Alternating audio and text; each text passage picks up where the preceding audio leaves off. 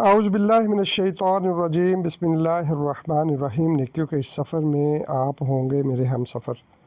اچھی بات پھیلانا صدقہ جاریہ ہے۔ جن دوست بھائی بزرگوں نے ابھی تک میرا چینل سبسکرائب نہیں کیا، ان سے ریکویسٹ ہے وہ میرے چینل کو سبسکرائب کریں، فرعون نہ بنے۔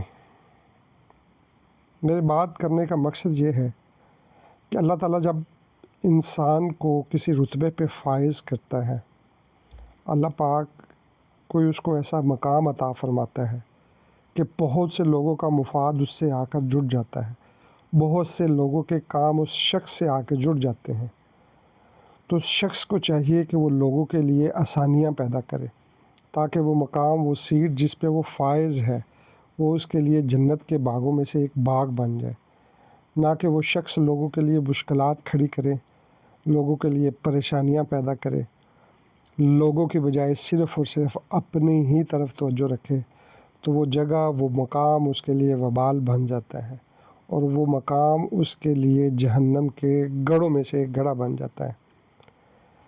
تو وہ شخص ہرگز یہ مت سمجھے کہ وہ کبھی بھی پکڑ میں نہیں آنے والا۔ جس وقت اللہ پاک اس کی رسی کو کھینچے گا تو وہ اس قدر اوندے منہ جا گرے گا کہ مرنے سے پہلے وہ نہ صرف اس دنیا میں ایک ایک چیز کا حساب دے گا، بلکہ آخرت میں بھی اس کے لیے دردناک عذاب ہوگا۔ لہٰذا میری گزارش ہے ایسے دوست احباب سے جن کے پاس کوئی رتبہ، کوئی مقام ہے، تو وہ اس مقام کو اللہ کی رضا کے لیے، لوگوں کے لیے آسانیاں پیدا کرنے کے لیے استعمال کرے، نہ کہ لوگوں کے لیے وہ وبال بن جائے۔